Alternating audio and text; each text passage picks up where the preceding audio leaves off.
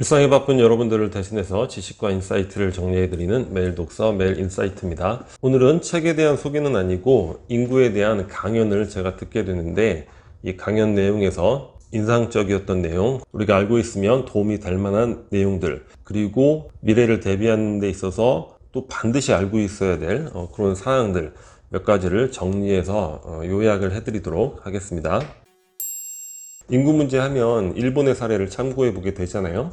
몇 가지 사항인데, 일본의 유명 관광지 별장이 단돈 1엔에 나왔다는 거야. 우리나라 돈으로 이제 10원 정도가 되겠죠. 그냥 공짜로 가져가라는 거죠. 공짜로 주면 증여가 되니까 뭐 1엔이라도 10원이라도 받겠다는 얘기인데, 왜냐면 일본도 우리처럼 이런 별장 같은 걸 가지고 있으면 보유세를 내게 된다는 거예요. 그러니까 가지고 있으면서 계속 재산 손실이 발생을 하는 거죠. 그래서 내놨는데 안 팔려서 뭐 가격을 또 깎고 했는데도 아무도 관심을 갖고 있지 않아서 그냥 공짜로 거의 주겠다, 이러한 사례가 있고, 그리고 일본 전체에서 규슈 면적 410만 헥타르라고 하는데, 그 정도로 방대한 국토에서 소유주가 불분명해지고 있다고 합니다. 그 이유가 뭐냐면, 부모가 돌아가시고 가지고 있던 토지를 상속을 받아야 되잖아요, 자녀가. 근데 상속을 안 받겠다는 거예요. 왜냐? 좀 전에 말씀드렸듯이 가지고 있어봐야 가치도 별로 없고 보유세만 내게 되고, 또 농지 같은 경우에는 농사를 짓지 않으면 벌금을 내게 되는 거예요. 상속 거부, 그러면 2차 상속자 상속 거부, 3차 상속자 또 거부 하니까는 이제 소유주가 없어지는 거죠. 이런 지역들이 빠르게 늘어나고 있다고 합니다. 반대로 매년 12만 명 정도가 이제 동경권으로 유입이 되고 있다는 거예요. 이 얘기는 뭐냐면, 인구가 줄어들면서 전체적으로 이제 수축 현상이 들어나는 거죠. 외곽 지역부터 쭉 빨아들이는. 인구가 적은 지역은 무료로 별장을 주고 무료로 땅을 줘도 안 받겠다. 그리고 인구가 많은 도시 지역으로 쫙 몰리는 이런 현상이 일본에서 이제 발생을 하고 있다는 걸 살펴볼 수가 있습니다. 그러면 이러한 모습이 일본만의 모습인가? 그렇지 않다는 거예요. 우리는 더욱 빠른 속도로 인구가 감소를 하고 있기 때문에 오히려 일본을 따라잡을 수 있다는 거죠. 인구 감소로 인한 사회 변화, 이런 현상들이. 우리나라 같은 경우에도 특히 전남 지역, 경북 지역이 지방 소멸이 굉장히 빨라지는 그런 지역들이라고 이야기를 하고 있고, 그 중에 하나의 풍경인데 상주시 이야기를 하고 있어요. 이 박성호 교수님이 뭐 프로젝트 때문에 상주시에 가서 협업을 하고 관찰도 많이 했겠죠. 근데 상주는 경상도라는 지명이 경주, 상주에서 유래했을 정도로 과거에는 큰 도시였다는 거예요. 참고로 말 나온 김에 도 이름을 이야기를 해보면, 강원도는 강릉하고 원주에서 딴 거고, 충청도는 충주하고 청주, 전라도는 전주하고 나주, 그 앞 글자를 따가지고 도 이름을 만들게 된 거예요. 경기도는 과거에 봉건 시대에 황제가 직접 다스리던 지역을 이제 경기라고 했거든요. 그러니까 수도 근처 지역이라는 그런 의미가 되는 거죠. 여튼 이 상주시에서 인구가 과거에 50만 명까지 다다랐는데 지금은 5분의 1 토막이 났다는 거야. 10만 명. 그래서 시외버스 터미널도 없어지고, 시외버스 터미널을 만들기 위해서 중심지에 뭐 8층인가 10층 정도의 건물을 지어놨는데 공동화되어 있다고 합니다. 입주가 안 되어 있는 거죠. 그 앞에 이제 건물을 몇 채를 소유하고 있는 일종의 지역 유지분을 만났는데, 그분의 말씀이 자기는 가만히 앉아 있어도 재산이 늘 줄어들고 있다. 왜냐? 이 건물의 가치가 계속 떨어지고 있다는 거예요. 인구가 감소하면서. 그래서 그 건물을 여튼 매물로 내놨는데 아무도 관심을 갖고 있지 않다는 거죠. 그래서 반값, 뭐 반의 반값 이렇게 내놨는데 간신히 누군가에게 아주 한층 가격도 안 되는 그런 싼 가격에 팔게 되었다고 합니다.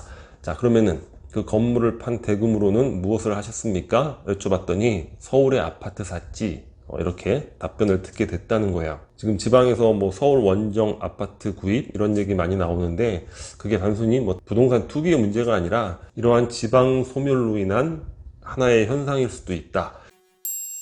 성별 변화와 세대수 변화인데, 우리는 과거에 남초 사회였다는 거예요. 남자가 더 많았죠. 남아 선호 사상. 그런데 2015년에 여성 인구가 남성 인구를 앞지르게 되었고, 이것이 앞으로 40년 이상 지속이 된다고 합니다. 그러니까 여성 인구가 갈수록 남성 인구보다 많아지는 거죠.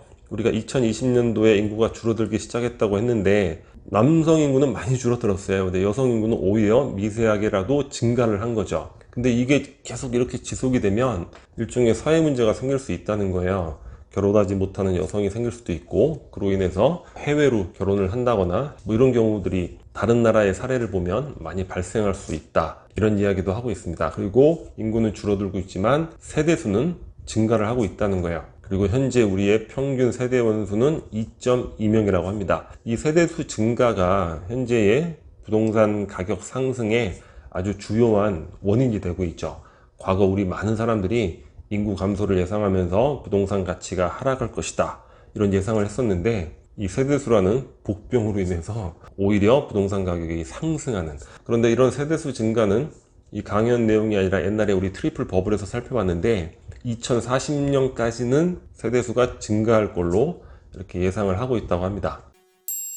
그런데 인구 감소가 과연 우리나라만의 문제인가? 그건 절대 아니라는 거예요.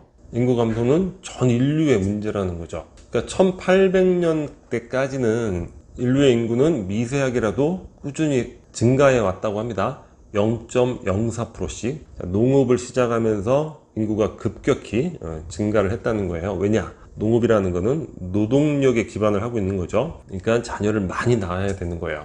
그리고 이후에 도시가 형성되면서 또 인구가 급격히 증가를 해왔고, 결정적으로 산업혁명 이후에 또 인구가 많이 증가를 했죠. 생산물이 풍부해지게 되니까.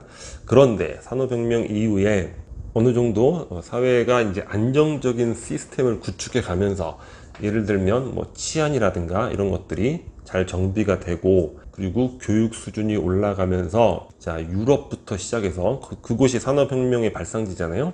유럽부터 시작을 해서 서서히 인구가 줄어드는 현상이 발생을 했다는 거예요. 물론 전 지구적으로 봤을 때는 인구는 계속 늘고 있죠. 일부 유럽 국가에서부터 줄어들기 시작해서 그것이 다른 대륙으로 계속 전파를 해나가는 겁니다. 그러니까 지금은 우리가 포함된 이런 아시아 지역에서도 인구 감소의 문제가 아주 격하게 드러나게 되는 거죠.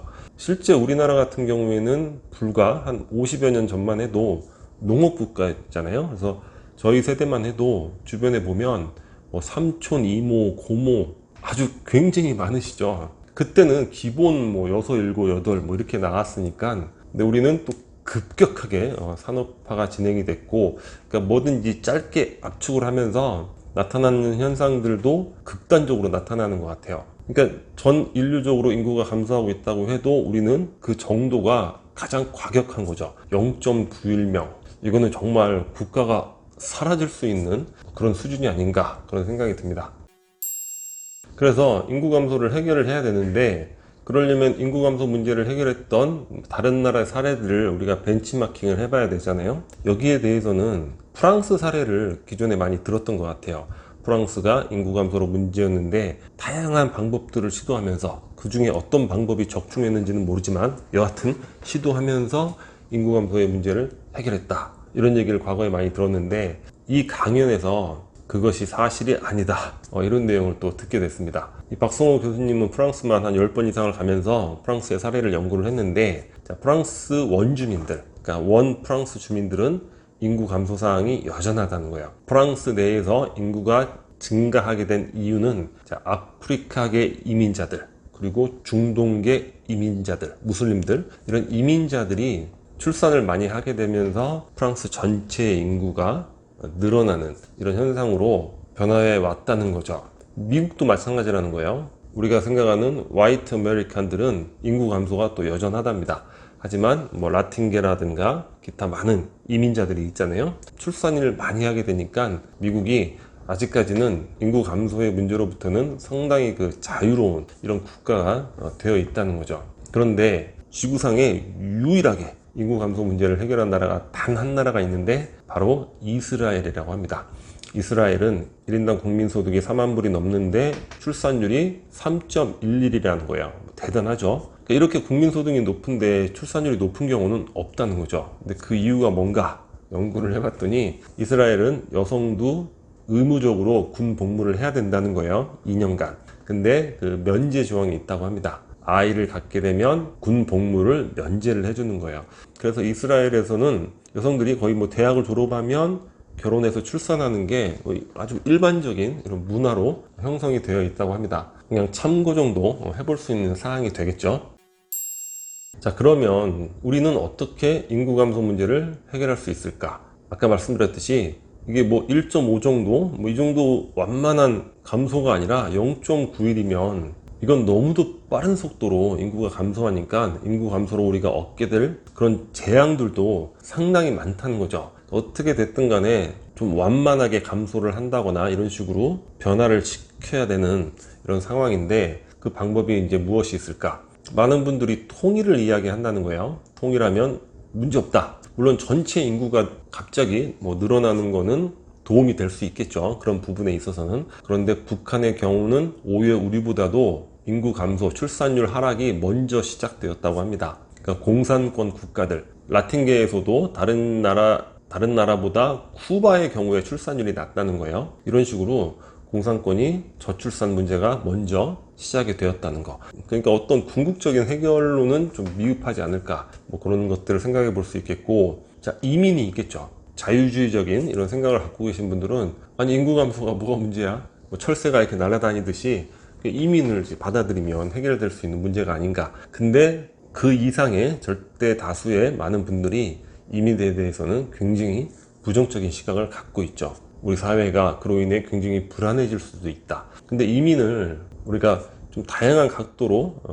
바라봐야 되는데 반드시 뭐 제조업 종사자들의 이민 이런 방법이 아니라 예를 들어 뭐 캐나다라든가 호주처럼 고급 인력을 받아들이는 이런 방식도 생각해 볼 수 있겠죠. 우리 BTS가 전 세계적으로 인기를 끌면서 한국으로 한국어 어학연수를 오는 전 세계의 젊은이들이 급격히 늘어났단 말이에요. 무슨 얘기냐면 한국이 방문이라든가 뭔가 살아보고 싶은 그런 선망의 나라로 이렇게 인식이 되는 거죠. 그래서 우리가 뭐 고급 인력의 이민 이런 것들도 시도해 볼 수도 있는 것이고, 또 하나는 캐나다의 경우처럼 유학 후 이민, 캐나다에서 이제 대학 교육을 받았을 경우에 이민의 가능성이 생기는 뭐 그런 제도인데, 왜냐면 그냥 이민을 받아들여봐야 캐나다의 동화가 안 되고 그 국가 커뮤니티 안에서만 거의 그 국가 사람처럼 생활을 하니까 도움이 안 된다. 그래서 이제 유학 후 이민 제도가 생겼는데 그런 것도 한번 고려를 해볼 수 있을 것 같습니다. 우리가 특히 대학 같은 경우에 이제 해마다 뭐 수많은 대학이 문을 닫아야 되는 이런 상황이 생기게 되는데 이러한 부분들도 고려를 해볼 필요가 있지 않을까. 그러니까 적은 숫자라도 우리 사회를 보다 역동적인 사회로 만들기 위해서 조금씩 이민 실험을 해보는 거 이런 것도 필요하지 않을까 그런 생각도 해보고, 이스라엘의 사례를 적용을 하면 우리는 뭐 여성 군 복무 제도가 없으니까 남성의 경우 이제 자녀를 갖게 되면 군 복무를 면제해주는 뭐 이런 것도 한번 고려를 해볼 수 있을 것 같아요. 그러면 부족한 병력을 어떻게 채우느냐. 안 그래도 지금 모병제로 전환하는 걸 고려를 하고 있잖아요. 그러니까 모병제로 전환하는 그런 과도기에 남성이 자녀를 가졌을 때 군복무 면제를 한다. 뭐 이런 것들도 한번 생각해 볼 수도 있지 않을까. 그리고 또 기본소득 부분도 생각해 볼 수 있지 않을까 싶습니다. 개인적인 의견인데 1인당 한 30만 원 정도의 기본소득이 지급이 된다면 아빠, 엄마, 자녀 둘 하면은 합해서 120만 원이잖아요. 120만 원 정도. 그러니까 한 가정이 이 세상을 살아가는 데 있어서 물론 그걸로 다 충당이 절대 안 되지만 그래도 심리적 안정 이런 것들을 가지고 뭔가 인생을 한번 헤쳐나가 볼 만한 그런 정도의 비용은 되잖아요. 이런 것들이 또 인구 감소를 해결하는데 도움이 될 수도 있지 않을까, 뭐 그런 상상을 해보게 됩니다. 우리가 지금 마냥 손 놓고 있지만 생각보다 굉장히 짧은 시간 안에 매우 심각한 문제가 될 수 있는 그런 부분이라는 거 우리가 좀 깊이 생각을 해봐야 되지 않을까 싶습니다. 자, 오늘 영상은 여기서 마치도록 하겠습니다. 여기 캐릭터처 구독 버튼이고요. 구독과 좋아요 많이 부탁드리겠습니다. 감사합니다.